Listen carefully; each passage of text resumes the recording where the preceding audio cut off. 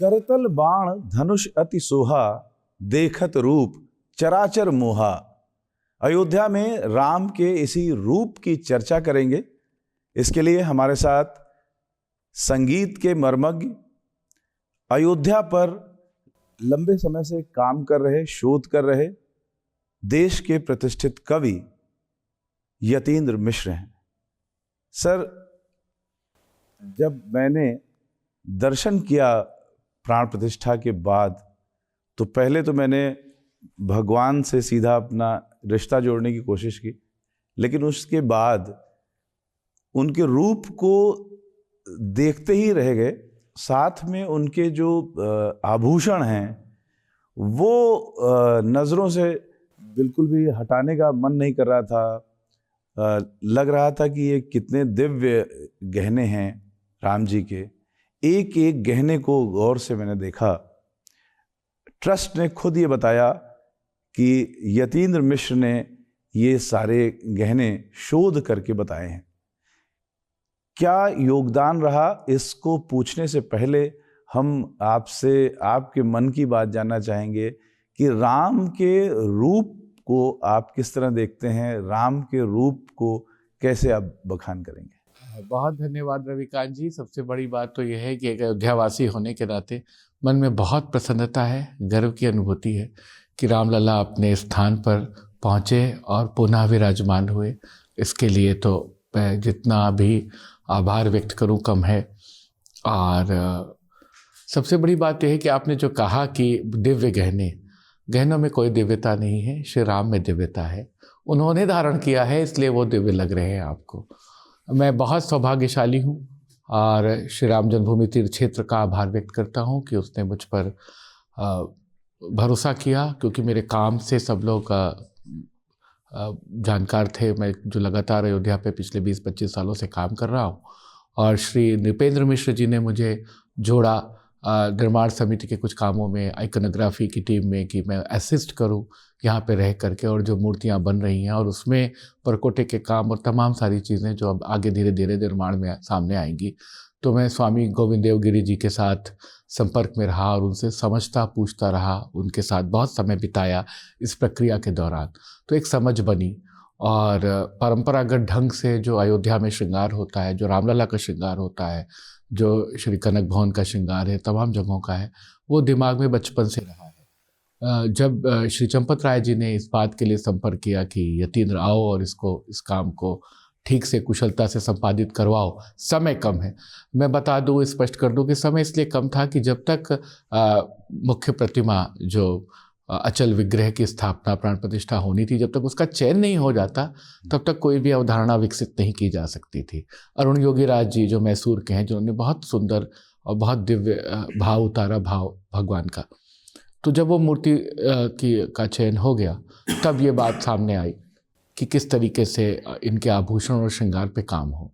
तो जब मैं उसमें शामिल हुआ, तो फिर मैंने अध्यात्म रामायण, वाल्मीकि रामायण, श्री रामचरितमानस, दक्षिण में जो पूरी परंपरा है भक्ति की, लक्ष्मी नारायण भगवान की, उसमें यामुनाचार्य जी का आलवंदार स्तोत्र देखा, और तमाम ऐसे गीत और पद देखे जो गीतावली, कवितावली तमाम जगह आते हैं, जिसमें भगवान का श्रृंगार व्यक्त होता है। तो उसका एक नोट्स बनाया। समय बहुत कम था। अंकुर आनंद जी जो हर सहाय मल श्यामलाल ज्वेलर्स के जो उनका संस्थान है लखनऊ में, उन्होंने बहुत सुंदर काम किए हैं। पूर्व में भी उन्होंने श्री बांके बिहारी जी के लिए मंदिर में, मथुरा के लिए कुछ सेवाएं अर्पित की हैं। उनको शामिल किया गया, उनसे तब उनको निमंत्रण भेजा गया कि आप आएँ और बनाएं। तो एक प्रक्रिया शामिल रही। फिर ये तय पाया गया कि जो शास्त्र सम्मत हो, क्योंकि मैंने ही कहा कि जो कुछ भी भगवान को धारण कराया जाए, चाहे वहाँ पे संगीत हो रहा है, चाहे वहाँ श्रृंगार हो रहा है, चाहे वहाँ आभूषण है, वो सब कुछ शास्त्र सम्मत होने चाहिए, परंपरागत होने चाहिए और जन स्वीकार्य होने चाहिए। ऐसा कुछ नहीं करना है कि किसी की कोई अवधारणा है और वो ऐसे सामने आ जाए। तो सबसे पहले तो ये देखा गया कि भगवान क्या क्या धारण करें। 5 वर्ष के रामलला हैं, अपने पिता के साथ हैं, अपने अयोध्या में हैं। तो एक राजोपचार ढंग से जो उनकी शोभा बनाई जा सकती है, सबसे ज्येष्ठ पुत्र हैं। बाद में वो धीरे धीरे उनमें सारे गुण पूरी दुनिया बखानती है। मर्यादा पुरुषोत्तम है, तो एक तो मर्यादा पुरुषोत्तम का मंदिर है, दूसरा उनका जन्म स्थान है, बहुत दुलारे हैं अपने परिवार के। तो ये सब बातें थी दिमाग में। तो बहुत संतों से, दक्षिण के बहुत विद्वानों से बात की गई। स्वामी जी से बात करता रहा, गोविंद देव जी से, फिर श्री चंपत राय जी को बताता रहा और डिज़ाइन होता रहा। फिर मैंने बताया कि इस तरह से किरीट बनेगा, जो जिसे मुकुट कहते हैं, मौर कहते हैं। हम लोग बहुत सारे अवधि लोक गीतों में भगवान के मौर का, ताज का, एक ब्याह के गाने में तो ताज शब्द आता है कि सिया रानी का चल सुहाग रहे, राजा राम के सिर पे ताज रहे। तो वो ताज कैसा है, या वो कि मतलब जिस तरह से कोलोकियल लैंग्वेज में भी राम को अलग अलग डिफाइन किया गया। फिर ये बात आई कि वो सूर्यवंशी हैं। सूर्यवंशी हैं तो सूर्य भगवान होने चाहिए, तो मस्तक पर मुकुट में सूर्य भगवान बनाए गए। बुधादित्य योग का मामला है, राम जी की कुंडली में भी है। बुध का प्रतीक होता है पन्ना, तो फिर पन्ना और सूर्य एक साथ, बुध और सूर्य एक साथ हो तो एक बड़े कैरेट का पन्ना लगाया गया, जो आप मुकुट में देख सकते हैं। उसके बगल में उनकी जो पंखियां हैं, तो एक तरीके से, और वो उत्तर भारतीय शैली में बनाया गया, क्योंकि जिस तरह से दक्षिण में लंबे टोपी नुमा बिल्कुल शिखर कलश की तरह मुकुट होते हैं, वैसा नहीं पहनाया गया। जो उत्तर भारतीय अवधारणा में रामचंद्र पहनते हैं, और पीछे प्रभावलय होती है, जिसे हम वो कहते हैं, उसकी किरीटी बोलते हैं। तो वो सारी चीज़ें हमने की, और इसमें बहुत बड़ा योगदान अंकुर आनंद का है कि उनकी टीम लगी रही 132 कलाकारों में 10-15 दिनों की मेहनत में, और रात भर जग के काम करना होता था। शायद अंकुर जी और मैं एक हफ्ता रात में सोए नहीं होंगे, रात 12-12, 2-2, 3-3 बजे तक। सुबह 4 बजे डिज़ाइन आ रही है कि ये ऐसे है, ऐसे है, और गूगल मीट पे, फ़ोन पे, ये सारे आभूषणों की थी, जिस तरह से हम बताते चलते थे और वो बनाते थे। कई डिज़ाइन बने, फिर उसमें विद्वानों को दिखा करके कि ये इसमें ये करा जाए, ये ना करा जाए। भगवान का एक वैजयंती माल है, विजय माल जिसे कहते हैं, वैजयंती माला जिसे कहते हैं, विजय के प्रतीक के रूप में लंबा हार पहनाया जाता है। तो उसमें 5 तरह के पुष्प लगाए जाते हैं। उसमें तुलसी दल है, खुद तुलसी और तुलसी दल है, पद्म पुष्प है, कुंद पुष्प है, पारिजात है और चंपा है। तो ये 5 पुष्प उसमें समाहित किए गए। फिर वैष्णवता के सारे प्रतीक चिन्ह लिए गए, शंख, चक्र, गदा, पद्म। सुदर्शन चक्र भी आपको उसमें दिखेगा, उसमें शंख भी दिखेगा, उसमें पद्म भी दिखेगा, उसमें गदा भी दिखेगी। और जितने मंगल के प्रतीक होते हैं, मंगल का प्रतीक विधान जो होता है, पुष्पों से सज्जित होता है, रत्नों से सज्जित होता है, वो सब बनाया गया। कमर में जो कांची पहनाई गई, करधनी जिसे कहते हैं, उसमें एक बहुत सुंदर ढंग से रत्नों का समावेश किया गया, माणिक और पन्ना का समावेश किया गया। भगवान के हृदय पर श्रीवत्स चिन्ह होता है, तो वो तो हृदय पे विराजता है, वो योगीराज जी ने उसको उसमें बनाया भी है, मतलब उत्कीर्ण किया है। फिर ये हुआ कि दक्षिण के एक बड़े संत से बात हुई, तो उन्होंने कहा भगवान को कौस्तुभ मणि धारण कराई जाए। कौस्तुभ मणि भगवान धारण करते हैं। कौस्तुभ मणि के लिए फिर ये विचार हुआ, सब पढ़ा गया। फिर ये लगा कि जो सबसे अमूल्य रत्न के रूप में और एक सुंदर श्रृंगारिक एक बड़ा उनको पहनाया जाए, तो फिर वही सूर्यवंशी होने के कारण और मंगल का रंग शुभता लिए हुए लाल वर्ण होता है, तो बड़े कैरेट का माणिक उनको बिल्कुल आप गले में देखेंगे कि पहना हुआ है, और वो पूरा मोतियों से पिरोया गया है। मोती शुभ्रता का प्रतीक है, वैभव का प्रतीक है, शांति का प्रतीक है, सौहार्द का प्रतीक है। तो एक तरीके से मोती और हीरे और माणिक से हम लोगों ने कौस्तुभ मणि की अवधारणा रची। फिर कंठा बनाया गया। कंठा में भी जो गले का चौड़ा कंठा है, उसमें भी सूर्यदेव बने हुए हैं, और अंगद या बाजूबंद भुजाओं पे पहनाया गया। हाथों में कंगन पहनाए गए, अंगूठियाँ पहनाई गई, अंगूठियों में से मोतियाँ लटकीं, मयूर में मयूराकृति बनाई गई कुंडलों में। आपको बहुत मशहूर गीत पता है तुलसीदास जी का, ठुमक चलत रामचंद्र बाजत पैजनिया। तो ये हुआ कि पैजनी पहनाई जाए, और भाई 5 साल का बच्चा है तो पहनेगा ही। छोटे आज भी घरों में बच्चों को करधनी पहना दी जाती, चाहे वो धागे के रूप में ही क्यों हो, उनको नज़र न लगे, तो फिर पैजनी पहनाई गई। और बालक हैं भले अपने राजमहल में है, बच्चा तो खिलौने से खेलेगा, तो बिल्कुल शास्त्रमत ढंग से 5-7 तरीके के खिलौने बनाए गए, जो चांदी के खिलौने हैं। उसमें घोड़ा है, हाथी है, ऊँट है, लट्टू है, झुनझुना है और खिलौना गाड़ी है। वो सब भी रखी गई। कल वो क्योंकि कल भव्य आयोजन था और श्रृंगार था, आगे के श्रृंगार में आपको खिलौने भी सजे हुए मिलेंगे। सोने का धनुष भगवान ने धारण किया है, सोने का तीर धारण किया है, धनुष पे भी मोतियों की लटकन लगी हुई है।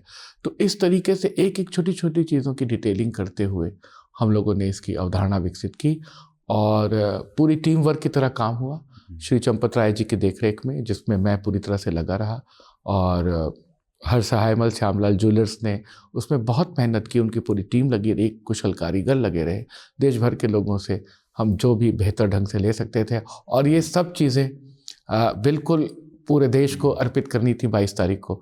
तो इसमें बहुत सीक्रेसी भी मेंटेन की गई कि कहीं से कोई बात लीक ना हो, कहीं से कोई बात जाए ना। मैं भी कई बार आपके पास आया, लेकिन आपने तब ये सिर्फ इतना ही कहा कि कुछ विशेष बताऊंगा। हाँ, नहीं, जब आपने कहा कि कुछ ऐसा बताइए जो मंदिर के लिए हो रहा, मैंने कहा मैं सब कुछ बताऊंगा, लेकिन 22 तारीख के बाद बता सकता हूँ, उसके पहले नहीं बता सकता हूँ।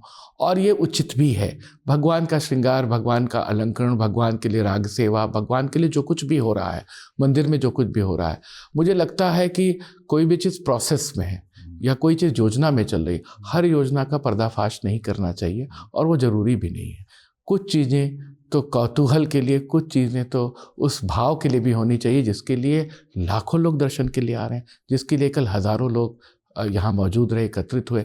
हर चीज़ हम सोशल मीडिया पे, हर चीज़ भाव को हम न्यूज़ में अगर बनाए डाल दें रखने तो के कोई लिए मतलब नहीं। मैंने इंतज़ार भी किया और वो भाव मैंने पूरी अयोध्या में घूम घूम कर देखा जी। और कल मंदिर में पहुंचने के बाद लोगों के मन में जो भाव थे, जो चेहरे पर भाव थे, जिस तरह से कोई रो रहा था और कोई चीख रहा था भगवान के आगे, और किस तरह से वो दिव्य शोभा, कुल मिलाकर के जो आप लोगों का काम है, मूर्ति से लेकर के आभूषण से लेकर के वस्त्रों और उनके रंगों तक का, वो देखते ही बन रहा था। लोगों की नज़रें नहीं हट रही थी उस रूप की। एक और बात बहुत अच्छी है कि जब ये सारा काम हो रहा था, आइकोनोग्राफी का भी काम हो रहा था और जब मैं भी शामिल था उसमें, तो इस बात की पूरी ट्रस्ट ने, निर्माण समिति ने भी, नृपेंद्र मिश्रा जी ने भी ये बहुत ध्यान रखा कि भगवान मर्यादा पुरुषोत्तम है।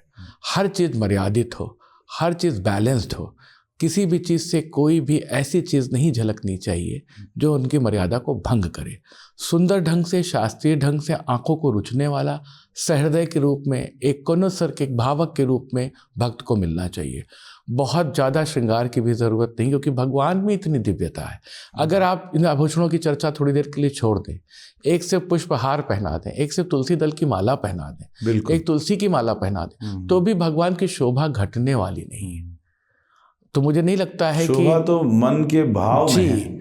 तो मुझे लगता है कि बस ये है कि अगर कोई भक्त, कोई संत, कोई शोधकर्ता या जो राम की मर्यादा को, उनके पूरे उदात्त चरित्र को अपने जीवन में जिसने अंगीकार किया है, अगर वो दर्शन के लिए आता है तो उसको ये लगे कि हाँ, ये बात कनेक्ट हो रही है, ये यमुनाचार्य जी के आलवानदार से कनेक्ट हो रही है, ये बात अध्यात्म रामायण से कनेक्ट हो रही है, ये बात गीतावली, दोहावली से कनेक्ट हो रही है, वो ये बात रामचरितमानस में आई है, तो ऐसे ही यहाँ पर श्रृंगार कराया गया है। बस इतना भर प्रयास था। बाकी ये पूरी तरह से एक समूह वर्क था जिसमें श्री राम जन्मभूमि तीर्थ क्षेत्र ने बहुत मदद की। तो जिन शास्त्रों को या जो कवितावली या अन्य किताबों को आपने देखा, अगर किन्हीं चीज़ों को आप स्मरण करें कि क्या चीज़ खास तौर से किसी एक जगह से ली गई, तो कुछ चीज़ें बहुत सारी चीज़ें ली गई हैं। मेरे पास पूरा उसका टेक्स्ट है, मैं आपको दे दूंगा, आप उसको जारी करना चाहें तो जारी कर सकते हैं, और ट्रस्ट ने जारी भी किया है। एक मतलब जैसे कोई एक पद है, कोई एक शोभा है, तो उस शोभा से एक चीज़ लेते हुए किसी दूसरे चीज़ से उसको कनेक्ट करते हुए, और भगवान का तिलक कैसा हो, फिर उस तिलक में क्या बने, उनके कुंडल कैसे हों, उनके हार कैसे हों। एक परंपरा में भगवान को पदिक पहनाया जाता है। पदिक क्या होता है? कंठ से नीचे और नाभि के ऊपर का हार, जो पूरी छाती को और पूरे उसको घेरता है और वो एक पूरा उनका एक स्वरूप दिखाता है। तो उस तरह से पदिक का निर्माण हुआ। तो ये इसको मैं शोध के अर्थ में कह रहा हूँ, शोध के अर्थ में कोई एक पद से ही सारी चीज़ ली गई हो ऐसा नहीं है, लेकिन रामचरितमानस, वाल्मीकि रामायण और इन सब तमाम स्त्रोत पाठों से और गीतों से निकाल करके हम लोगों ने बात की। और ये एक परिकल्पना है, क्योंकि ये तो किसी ने नहीं देखा है कि भगवान ने उस समय क्या पहना था, उस समय क्या जैसा मानस कहता है, जैसा वाल्मीकि रामायण कहता है, हमने वो करने की कोशिश की। जैसे प्राण प्रतिष्ठा में वायुमंडल में अवस्थित प्राणों को घनीभूत किया जाता है, वैसे ही आपने शास्त्रों से, अन्य कवियों से इन आभूषणों को के सार को लिया। मुझे लगता है कि ये जरूरी था, और इसलिए भी कि युवा पीढ़ी में बहुत जोश है। ये प्रधानमंत्री श्री नरेंद्र मोदी जी का बहुत बड़ा योगदान है कि भारतीयता के प्रति, संस्कृति के प्रति उन्होंने युवाओं को जोड़ा और वो उसके प्रति आकर्षित हुए। एक दौर मैंने ये भी देखा है कि युवा इन सबसे भटकते थे और उनको अपने आध्यात्मिक कथाओं में, पौराणिक कथाओं में भी रुचियां नहीं रह गई थी। जिस तरह से आप अयोध्या में सैलाब देख रहे हैं, और जन सैलाब में युवाओं का जन सैलाब बहुत बड़ा है। तो मुझे लगता है कि हर एक बात से, चाहे हम वहाँ संगीत प्रस्तुत करें, क्योंकि हमारे यहाँ नवधा भक्ति में संगीत सेवा, राग सेवा, नृत्य सेवा को पराकाष्ठा में अंतिम सेवा के रूप में देखा गया है। खुद नाथ द्वारा में जो परंपरा है श्रीनाथ जी की, वहाँ पे तो ये वल्लभाचार्य जी ने ये प्रतिपादित ही कर दिया कि आपके पास मंत्र नहीं है, कर्म कांड नहीं, कुछ नहीं है, आप सिर्फ भजन गा करके आठों याम की सेवा करते हुए, जो अष्टछाप के कवि करते हैं, संगीत द्वारा भी आप अपनी भक्ति अर्पित कर देते हैं। तो ये जो भक्ति और शरणागति का अर्थ था, उसको युवा भी समझें, क्योंकि युवा बहुत जिज्ञासु है। हमें उन्हें कमतर नहीं आंकना चाहिए। कॉन्वेंट एजुकेटेड लड़का भी, IIT का भी लड़का है, तो वो बहुत रुचि से, बहुत चाव से देखना समझना चाहता है। और तमाम भ्रामक चीज़ें भी चलती रहती हैं जो आज के इस सोशल मीडिया के दौर मोदी जी की आपने बात की, तो इस पूरे कामकाज में पीएमओ की ओर से कभी पूछताछ हुई कि आप लोग क्या कर रहे हैं, कैसा बना रहे हैं? मुझे नहीं लगता है कि पूछताछ हुई, कम से कम मुझसे नहीं हुई, ना हमें किसी काम के लिए रोका गया। और इस बात के लिए भी मैं प्रधानमंत्री कार्यालय की सराहना करता हूं कि हमें पूरी स्वतंत्रता दी गई, हमसे कुछ भी नहीं पूछा गया। राम मंदिर के संदर्भ में जो कुछ भी आपने कल देखा, श्री राम मंदिर के संदर्भ में जो कुछ भी वहाँ हमने विकसित किया, वो सब श्री राम जन्मभूमि तीर्थ क्षेत्र का अपना मामला था, या मंदिर से संबंधित जितना भी था वो राम मंदिर कंस्ट्रक्शन कमेटी का मामला था, जिसमें पूरी टीम और जिसके अगुवा श्री नृपेंद्र मिश्रा जी हैं, उन्होंने किया। मुझे नहीं लगता है कि कहीं से कोई हस्तक्षेप हुआ है या पूछा भी गया है कि आप लोग क्या कर रहे हैं, और ये मुझे लगता है ये अच्छी बात है। बिल्कुल। जो आभूषण हैं भगवान रामलला के, उसको उसकी अवधारणा प्रस्तुत करते समय, या अब जबकि वो हमारे सामने हैं, कोई आपको बनने के बाद जब आपने देखा तो कोई यूनिक आपको कुछ ऐसा लगा कि कोई ऐसी बात है जो कुछ खास हो गई है, आप सारी टीम ने मिलकर के? मुझे लगता है कि खास बात ये है कि कम समय में 132 कलाकार मेरे द्वारा, उसके डिज़ाइनर मनीष त्रिपाठी जी द्वारा, उसके जो आभूषणकार हैं अंकुर आनंद जी द्वारा, और टीम द्वारा, ट्रस्ट द्वारा श्री चंपत राय जी के निर्देशन में पूरे श्रद्धा से, पूरी मेहनत से काम हुआ है। हमें फिर भी लगता है कि हम वहाँ तक नहीं पहुँच पाए जहाँ तक हमें पहुँचना चाहिए था। भगवान की जो कथा है, भगवान का जो स्वरूप है, उनका जो स्वरूप वर्णन कर दिया है तुलसीदास जी ने, उनका जो स्वरूप वर्णन तो श्रीमद् भागवत में भी मिलता है, भागवत महापुराण में मिलता है। मुझे लगता है कि उसको हम छू भी नहीं सकते, हम सिर्फ उसको किसी तरह से क्रिएट कर सकते हैं। ये बड़ी खुशी की बात है। हम लोगों की बहुत बहुत छोटा सा योगदान है, गिलहरी बराबर योगदान है कि हमें इस काम के लिए जोड़ा गया और हम इस लायक बन पाए। और तमाम बड़े विद्वानों, आपने कई बार बात की कि समय कम था, कितना समय मिला आपको? आभूषण निर्माण में 15 दिन का समय था। सिर्फ 15 दिन? क्योंकि मूर्ति का डिसीजन बहुत लेट हुआ था। तो इसी 15 दिन में आप लोगों ने आपने रिसर्च भी की? नहीं, मैं राम कथा पे काम करता रहा हूँ। उनकी मेरी अयोध्या पे किताब है जिसपे हमने बहुत सारा काम किया है, इसीलिए मुझे मेरा चयन किया गया। लेकिन पर्टिकुलर कि अब देवता की मूर्ति स्थापित हो रही है, पूरा देश, पूरा राष्ट्र जुड़ा हुआ है, आपको काम करना है, वो एक चैलेंजिंग काम है। ये गुप्त भी रखना है, इसको गोपनीय भी रखना है, क्योंकि बातें लीक होती हैं तो बहुत सारी बातें हो जाती हैं। और सुरक्षा का भी मामला कि कहाँ बन रहा है, कहाँ से आ रहा है, कैसे जा रहा है। तो ये सब करते हुए बहुत ईमानदारी से काम हुआ है, और मुझे लगता है कि कोई चूक नहीं हुई है। सब ने बड़े श्रद्धा भाव से किया है, और अपना बेस्ट देने की कोशिश की है।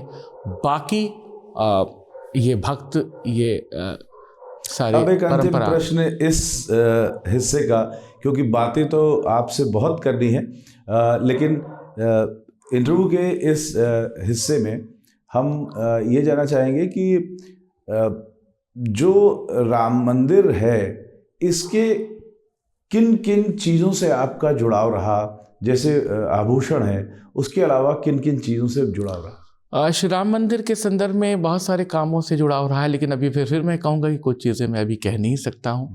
लेकिन आइकोनोग्राफी जो मूर्ति विज्ञान का काम है, जो आशीष सोमपुरा जी पूरे वास्तुकार हैं उसके कर रहे हैं, तो उस टीम में मैं शामिल हूँ। और जितनी भी मूर्तियाँ, जितने भी उनके खंडों पे बन रही हैं, उनके परकोटों में का सारा काम हो रहा है। परकोटों में एक पूरा प्रसंग दिखाया जाएगा, भारत दर्शन, वो सारी चीज़ों में मैं शामिल हूँ। उसके विषय चयन से लेकर के उनके बनने में, मूर्तियाँ जहाँ जहाँ बन रही थी पूरी टीम जाती थी, उस पर मैं भी गया हूँ बहुत बार, बहुत सारी यात्राएँ की हैं। और जयपुर में काम हो रहा है, कुछ और जगहों पे काम हो रहा है, तो एक उससे संबंधित था। अंतिम प्रश्न के बाद एक और अंतिम प्रश्न है कि जब हम और आप नहीं रहेंगे, हाँ, 100 साल बाद जब नई पीढ़ी को बताया जाए कि भगवान का के जो ये आभूषण हैं इनकी क्या विशेषता है, तो क्या बताया जाएगा या क्या बताया जाना चाहिए? मुझे लगता है कि उसका पूरा स्क्रिप्ट मैंने बना करके ट्रस्ट को सौंप दी, जिसमें से कुछ अंश उन्होंने ट्वीट्स भी किए हैं और पब्लिक किया है। एक पूरा काम मैं ये कर रहा हूँ कि मंदिर जो बन रहा है उसकी पूरी आइकोनोग्राफी पे, आभूषणों पे, वहाँ पे संगीत सेवा को लेकर के, वहाँ पे परकोटे में सारे प्रसंगों के, पौराणिक प्रसंगों के अर्थ क्या हैं, क्यों लगाए जा रहे हैं, किस प्रतिमान इस पर एक किताब आएगी। ये पूरा काम मैं ट्रस्ट के लिए करके दे रहा हूँ, जो पब्लिक डोमेन में जाएगा आगे भविष्य में जब मंदिर पूरा होगा।